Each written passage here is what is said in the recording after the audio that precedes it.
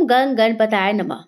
एक समय की बात है जब पार्वती जी ने महागणपति के सम्मुख पूछा कि अघन कृष्ण चतुर्थी संकटा कहलाती है। उस दिन किस गणेश की पूजा किस रीत से करनी चाहिए। माता पार्वती के प्रश्न के उत्तर में महागणपति ने कहा, हे हिमालय नंदिनी, अघन में पूर्वोक्त रीति से गजानन नामक गणेश की पूजा अति शुभ रहती है। पूजन के पूर्ण होने पर प्रभु गजानन को अर्घ अर्पित करना चाहिए। दिन भर व्रत का अनुष्ठान करके पूजन के बाद ब्राह्मण को भोजन करवाना चाहिए। उसके बाद जौ, तिल, चावल, चीनी और घृत का एक साकला बनाकर हवन करना चाहिए। इस हवन के माध्यम से यजमान अपने शत्रु को वशीभूत कर सकता है। इस कथन को सार्थकता प्रदान करने हेतु एक प्राचीन इतिहास मैं तुम्हें सुनाता हूँ। ये त्रेता युग की बात है। मार्गशीर्ष संकष्टी गणेश चतुर्थी व्रत की कथा के अनुसार प्राचीन काल में त्रेता युग में दशरथ नामक एक प्रतापी राजा थे। वे राजा आखेट प्रिय थे। एक बार अनजाने में ही उन्होंने एक श्रवण कुमार नामक ब्राह्मण को आखेट में वध कर दिया। उस ब्राह्मण के अंधे माँ बाप ने राजा को शाप दिया कि जिस प्रकार हम लोग पुत्र शोक में मर रहे हैं, उसी भांति तुम्हारा भी पुत्र शोक में मरण होगा। इससे राजा को बहुत चिंता हुई। उन्होंने पुत्रेष्टि यज्ञ करवाया। फलस्वरूप जगदीश्वर ने राम रूप में अवतार लिया। भगवती लक्ष्मी जानकी के रूप में अवतरित हुई। पिता की आज्ञा पाकर भगवान राम, सीता और लक्ष्मण सहित वन को गए, जहां उन्होंने खरदूषण आदि अनेक राक्षस व राक्षसियों का वध किया। इससे क्रोधित होकर रावण ने सीता जी का अपहरण कर लिया। सीता जी की खोज में भगवान राम ने पंचवटी का त्याग कर दिया और ऋष्यमुख पर्वत पर पहुंचकर सुग्रीव के साथ मैत्री की। तत्पश्चात सीता जी की खोज में हनुमान आदि वानर तत्पर हुए।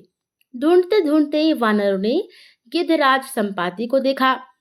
इन वानरों को देखकर संपाति ने पूछा कि कौन हो, इस वन में कैसे आए हो, तुम्हें किसने भेजा है, यहाँ पर तुम्हारा आना किस प्रकार हुआ है। संपाति की बात सुनकर वानरों ने उत्तर दिया कि भगवान विष्णु के अवतार दशरथ नंदन राम जी सीता और लक्ष्मण जी के साथ दंडक वन में आए हैं। वहां पर उनकी पत्नी सीता जी का अपहरण कर लिया गया है। हे मित्र, इस बात को हम लोग नहीं जानते कि सीता कहाँ है। उनकी बात सुनकर संपाति ने कहा कि तुम सब रामचंद्र के सेवक होने के नाते हमारे मित्र हो। जानकी जी का जिसने हरण किया है और वह जिस स्थान पर है वह मुझे मालूम है।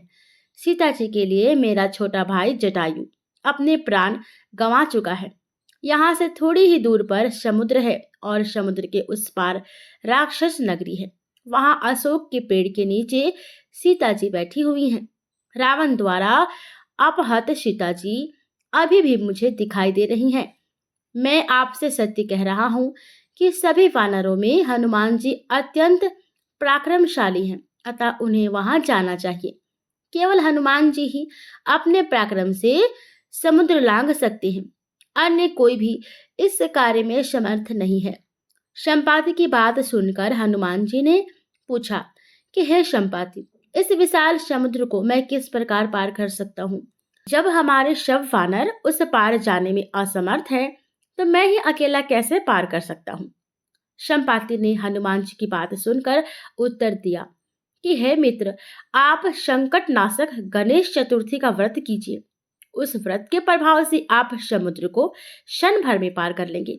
संपाति के आदेश से संकट चतुर्थी के उत्तम व्रत को हनुमान जी ने किया और इसके प्रभाव से हनुमान जी क्षण भर में समुद्र को लांघ गए। इस लोक में इसके समान सुखदायक कोई दूसरा व्रत नहीं है। प्रेम से बोलिए गणपति महाराज की जय। ओम गण गणपतये नमः।